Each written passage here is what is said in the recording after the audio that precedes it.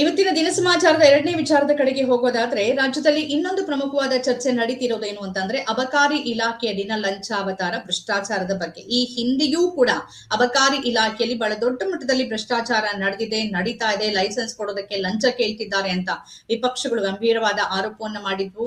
ಹಾಗೆಯೇ ಅಬಕಾರಿ ಸಚಿವ ಆರ್.ಬಿ. ತಿಮ್ಮಾಪುರ್ ಅವರ ರಾಜೀನಾಮೆಗೆ ಆಗ್ರಹಿಸಿದ್ವು. ಆ ಸಂದರ್ಭದಲ್ಲಿ ನಂದೇನೂ ತಪ್ಪಿಲ್ಲ ಅಂತ ತಿಮ್ಮಾಪುರ್ ಅವರು ಹೇಳಿದ್ರು. ಜೊತೆಗೆ ಸರ್ಕಾರ ಮತ್ತು ಸರ್ಕಾರದ ಪ್ರತಿನಿಧಿಗಳು ಅಂತಂದ್ರೆ ಸಚಿವರು, ಮುಖ್ಯಮಂತ್ರಿಗಳು ಎಲ್ಲರೂ ವಿಪಕ್ಷಗಳ ಬಳಿ ಏನಾದ್ರೂ ಸಾಕ್ಷ್ಯಾಧಾರಗಳಿದ್ರೆ ಅದನ್ನ ತಂದು ಕೊಡ್ಲಿ ಅಂತ ಈಗೊಂದು ಆಡಿಯೋ ವೈರಲ್ ಆಗಿದೆ. ಸುಮಾರು 2,500 ಕೋಟಿ ರೂಪಾಯಿಯನ್ನ ಈ ರೀತಿ ಲಂಚವಾಗಿ ಸ್ವೀಕರಿಸುವ ಒಂದು ಮಾತುಕತೆ ಅದರಲ್ಲಿದೆ. ಯಾರ್ಯಾರಿಗೂ ಹೋಗ್ಬೇಕು, ಎಷ್ಟು ಹೋಗ್ಬೇಕು ಅಂತ ಈ ಆಡಿಯೋದಲ್ಲಿ ಆರ್.ಬಿ. ತಿಮ್ಮಾಪುರ್ ಅವರ ಮಗನ ಹೆಸರು ಕೇಳಿ ಬಂದಿದೆ ಅನ್ನೋ ಮಾಹಿತಿಗಳಿದೆ.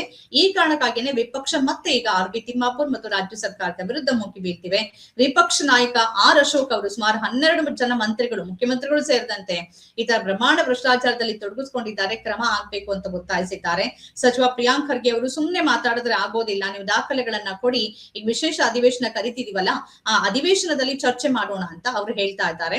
ಇನ್ನೊಂದು ಕಡೆಯಲ್ಲಿ ವ್ಯಕ್ತಿಯೊಬ್ಬ ಈಗ ಲೋಕಾಯುಕ್ತಕ್ಕೆ ದೂರನ್ನು ಕೂಡ ಸಲ್ಲಿಸಿದ್ದಾರೆ. ಅದರ ಪ್ರಕಾರವಾಗಿ ಅಬಕಾರಿ ಸಚಿವ ಆರ್.ಬಿ. ತಿಮ್ಮಾಪುರ್ ಅವರ ವಿರುದ್ಧ ತನಿಖೆಯನ್ನ ನಡೆಸಬೇಕು ಅನ್ನೋದಾಗಿ ಲೋಕಾಯುಕ್ತಕ್ಕೆ ದೂರನ್ನ ಸಲ್ಲಿಕೆ ಮಾಡಲಾಗಿದೆ. ಯಾರ ಬಳಿಯಲ್ಲಿ ಲಂಚವನ್ನ ಕೇಳಿದ್ರು ಅಂತ ಹೇಳ್ತಾರೋ ಜಿಲ್ಲಾ ಅಬಕಾರಿ ಅಧಿಕಾರಿಗಳು ಅವರ ವಿರುದ್ಧ, ಜೊತೆಗೆ ಅಬಕಾರಿ ಸಚಿವರ ವಿರುದ್ಧ ದೂರನ್ನ ಸಲ್ಲಿಕೆ ಮಾಡಲಾಗಿದೆ. ಇತ್ತೀಚೆಗಷ್ಟೇ ಬ್ಯಾಟರಾಯನಪುರದಲ್ಲಿ ಒಂದು ಲೋಕಾಯುಕ್ತ ದಾಳಿ ನಡೆದಿತ್ತು. ಈ ದಾಳಿ ಸಂದರ್ಭದಲ್ಲಿ CL7 ಲೈಸೆನ್ಸ್ ಅನ್ನ ಕೊಡೋದಕ್ಕೆ ಸುಮಾರು 25 ಲಕ್ಷ ರೂಪಾಯಿ ಹಣವನ್ನ ತೆಗೆದುಕೊಳ್ಳುವ ಸಂದರ್ಭದಲ್ಲಿ ರೆಡ್ ಹ್ಯಾಂಡ್ ಆಗಿ ಅಧಿಕಾರಿ ಲೋಕಾಯುಕ್ತದ ಬಲೆಗೆ ಬಿದ್ದಿದ್ರು. ಇದರ ಮುಂದುವರೆದ ಭಾಗವಾಗಿನೇ CL7 ಲೈಸೆನ್ಸ್ ಅನ್ನ ಕೊಡೋದಕ್ಕೆ ಬಹಳ ಹೆಚ್ಚು ದೊಡ್ಡ ಲಂಚವನ್ನ ಕೇಳ್ತಾ ಇದ್ದಾರೆ. ಮತ್ತೆ ಅದು 3-4 ಕಡೆಯಲ್ಲಿ ಶೇರ್ ಆಗ್ಬೇಕು, ಸ್ವಲ್ಪ ಹಣ ಸಾಕಾಗೋದಿಲ್ಲ ಅಂತ ಹೇಳ್ತಿದ್ದಾರೆ. ಈ ತರದೆಲ್ಲವೂ ಆರೋಪ ಕೇಳಿ ಬರ್ತಾ ಇದೆ. ಈ CL7 ಲೈಸೆನ್ಸ್ ಕಾರಣಕ್ಕಾಗಿನೇ ಲಂಚವನ್ನ ಕೇಳಲಾಗಿದೆ ಅನ್ನೋ ಆರೋಪದ ಮೇಲೆ ಈಗ ಲೋಕಾಯುಕ್ತಕ್ಕೆ ದೂರು ಸಲ್ಲಿಕೆ ಆಗಿದೆ. ಈ ದೂರಿನ ವಿರುದ್ಧ ಲೋಕಾಯುಕ್ತ ತನಿಖೆಯನ್ನ ನಡೆಸಬಹುದು. ಇನ್ನೊಂದು ಕಡೆಯಲ್ಲಿ ಈಗ ಬಿಡುಗಡೆಯಾಗಿರುವ ಆಡಿಯೋ ಮತ್ತು ಬಂದಿರುವ ಆರೋಪಕ್ಕೆ ಸ್ಪಷ್ಟನೆ ನೀಡುವಂತೆ ಮುಖ್ಯಮಂತ್ರಿ ಸಿದ್ದರಾಮಯ್ಯ ಸಚಿವ ಆರ್.ಬಿ. ತಿಮ್ಮಾಪುರ್ ಅವರಿಗೆ ಕೇಳಿದ್ದಾರೆ ಅನ್ನೋ ಮಾಹಿತಿ ಇದೆ. ಈ ನಡುವೆ ತಿಮ್ಮಾಪುರ್ ಅವರು ಪ್ರತಿಕ್ರಿಯೆಯನ್ನ ಕೊಟ್ಟಿದ್ದಾರೆ. ನನ್ನ ವಿರುದ್ಧ ದೊಡ್ಡ ಷಡ್ಯಂತ್ರ ನಡೆದಿದೆ. ಯಾರಾದ್ರೂ ಆಡಿಯೋದಲ್ಲಿ ಫೋನ್ ಮಾಡಿ ಮಾತಾಡಿದ್ದನ್ನ ರೆಕಾರ್ಡ್ ಮಾಡಿ ಬಿಡುಗಡೆ ಮಾಡಬಹುದು.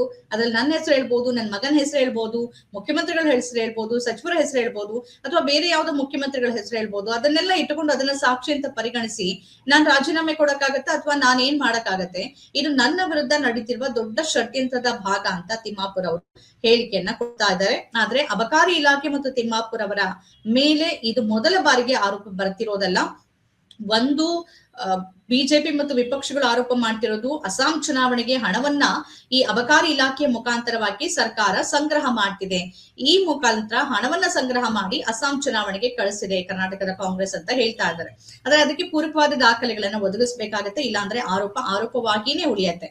ಇನ್ನೊಂದು ಕಡೆಯಲ್ಲಿ ಬ್ಯಾಟರಾಯನಪುರದಲ್ಲಿ ದಾಳಿ ನಡೀತಿದೆ ಮತ್ತು ಈ ಅಬಕಾರಿ ಇಲಾಖೆ ಒಳಗೆ ಲೈಸೆನ್ಸ್ ಕೊಡೋದಕ್ಕೆ ಮತ್ತು ರಿನಿವಲ್ ಮಾಡೋದಕ್ಕೆ ಹೆಚ್ಚಿನ ಲಂಚವನ್ನ ಕೇಳ್ತಿದ್ದಾರೆ ಅನ್ನೋ ಆರೋಪಗಳಿದೆ. ಇದು ಕೂಡ ಸತ್ಯ. ಯಾಕಂದ್ರೆ ಒಂದು ಲೋಕಾಯುಕ್ತ ದಾಳಿ ಆಗಿದೆ, ಒಬ್ಬ ಅಧಿಕಾರಿ ರೆಡ್ ಹ್ಯಾಂಡ್ ಆಗಿ ಸಿಕ್ಬಿದ್ದಿದ್ದಾರೆ. ಜಗದೀಶ್ ನಾಯ್ಕ ಅನ್ನುವಂತ ವ್ಯಕ್ತಿ 25 ಲಕ್ಷ ರೂಪಾಯಿ ಹಣವನ್ನ ತಗೊಳ್ಳೋ ಸಂದರ್ಭದಲ್ಲಿ ಅದೇ ಲೈಸೆನ್ಸ್ ಅನ್ನ ಕೊಡೋದಕ್ಕೆ ಬೇರೆ ಕಡೆಯಲ್ಲೂ ಲಂಚ ಕೇಳಲಾಗಿದೆ ಅಂತ ಲೋಕಾಯುಕ್ತಕ್ಕೇನೆ ಅಧಿಕೃತವಾಗಿ ದೂರು ಸಲ್ಲಿಕೆ ಆಗಿದೆ. ಹಾಗಾಗಿ ಸರ್ಕಾರ ಇದನ್ನ ಗಂಭೀರವಾಗಿ ಪರಿಗಣಿಸಬೇಕಾಗತ್ತೆ. ನಾವು ಭ್ರಷ್ಟಾಚಾರ ಮಾಡೋದಿಲ್ಲ, ಭ್ರಷ್ಟಾಚಾರವನ್ನ ಸಹಿಸೋದಿಲ್ಲ, 40% ಕಮಿಷನ್ ಸರ್ಕಾರವನ್ನ ಕಿತ್ತು ಹಾಕಿ ನಮಗೆ ಅಧಿಕಾರವನ್ನ ಕೊಡಿ, ನಾವು ಸ್ವಚ್ಛವಾದಂತ ಆಡಳಿತವನ್ನ ಕೊಡ್ತೀವಿ ಅಂತ 2023ರ ಚುನಾವಣೆಯಲ್ಲಿ ಜೋಡೆತ್ತುಗಳಾಗಿ ಡಿ.ಕೆ. ಶಿವಕುಮಾರ್ ಮತ್ತು ಸಿದ್ದರಾಮಯ್ಯ ಜನರ ಮುಂದೆ ಹೋಗಿದ್ರು. PSI ಹಗರಣವನ್ನ ಪ್ರಸ್ತಾಪ ಮಾಡಿದ್ರು. 40% ಕಮಿಷನ್ ಅನ್ನ ಪ್ರಮುಖವಾಗಿ ರಾಜಕೀಯಕ್ಕಾಗಿ ಬಳಸ್ಕೊಂಡ್ರು. ಇಷ್ಟೆಲ್ಲ ಆದ ನಂತರದಲ್ಲಿ ಇವರು ಅಧಿಕಾರಕ್ಕೆ ಬಂದು 2.5 ವರ್ಷಗಳಲ್ಲಿ ಕೇಳಿ ಬಂದಿರುವ ಭ್ರಷ್ಟಾಚಾರದ ಆರೋಪಗಳು ಅಥವಾ ಲಂಚದ ಪ್ರಕರಣಗಳು ಒಂದೆರಡಲ್ಲ. ಟ್ರಾನ್ಸ್ಫರ್ಗೆ ಲಂಚ ಈ ಆರೋಪ ಕೇಳಿ ಬರ್ತಿದೆ. ಹಾಗೇನೆ ವಾಲ್ಮೀಕಿ ಇರ್ಬೋದು, ಮೂಡಾ ಇರ್ಬೋದು, ಜೊತೆಗೆ ಬೇರೆ ಬೇರೆ ಇಲಾಖೆಗಳಲ್ಲಿ ಈ ರೀತಿಯ ಆರೋಪಗಳು ಕೇಳಿ ಬರ್ತಿದೆ. ಗೃಹಲಕ್ಷ್ಮಿ ಹಣವನ್ನ ಮಹಿಳೆಯರ ಖಾತೆಗೆ 2 ತಿಂಗಳು ಹಾಕಿಲ್ಲ, 5,000 ಕೋಟಿ ಎಲ್ಲಿ ಹೋಯ್ತು ಅನ್ನೋ ಪ್ರಶ್ನೆ ಹಾಗೆ ಇದೆ. ಬಿಡುಗಡೆ ಆಗಿದೆಯಾ, ಏನಾಗಿದೆ ಅನ್ನೋದ್ರ ಬಗ್ಗೆ ಇಲ್ಲಿ ತನಕ ಅದು ಬಿಡುಗಡೆ ಆಗಿಲ್ಲ. ಇನ್ನೊಂದು ಕಡೆಯಲ್ಲಿ ಈಗ ಈ ಅಬಕಾರಿ ಇಲಾಖೆಯಲ್ಲಿ ನಡೀತಿರುವ ಲಂಚಾವತಾರದ ಆರೋಪ. ಹಾಗಾಗಿ ಒಂದು ಸರ್ಕಾರಕ್ಕೆ ನಾವು ಕಪ್ಪು ಚುಕ್ಕೆಯನ್ನ ಸಹಿಸೋದಿಲ್ಲ ಅಂತ ಅದನ್ನೇ ಛಲವಾದಿ ನಾರಾಯಣ ಸ್ವಾಮಿ ಅವರು ಹೇಳ್ತಿದ್ರು. ಮುಖ್ಯಮಂತ್ರಿಗಳು ಹೇಳ್ತಾ ಇದ್ರು, ನಾವು ಒಂದು ಕಪ್ಪು ಚುಕ್ಕೆಯನ್ನ ತೋರಿಸಿ ನಮಗೆ ಅಂತ ಹೇಳ್ತಿದ್ರು. ಕರಿ ಕಾಗೆ ರೀತಿಯಲ್ಲಿ ಸಂಪೂರ್ಣವಾಗಿ ಕಪ್ಪಾಗಿ ಹೋಗಿದೆ, ಎಲ್ಲಿ ಕಪ್ಪು ಚುಕ್ಕೆಯನ್ನ ತೋರಿಸೋದಕ್ಕಾಗತ್ತೆ ಅಂತ ಅವ್ರು ಕೇಳ್ತಾ ಇದ್ರು. ಆರೋಪಗಳು ಬಂದಿದೆ ಸರ್ಕಾರದ ಮೇಲೆ.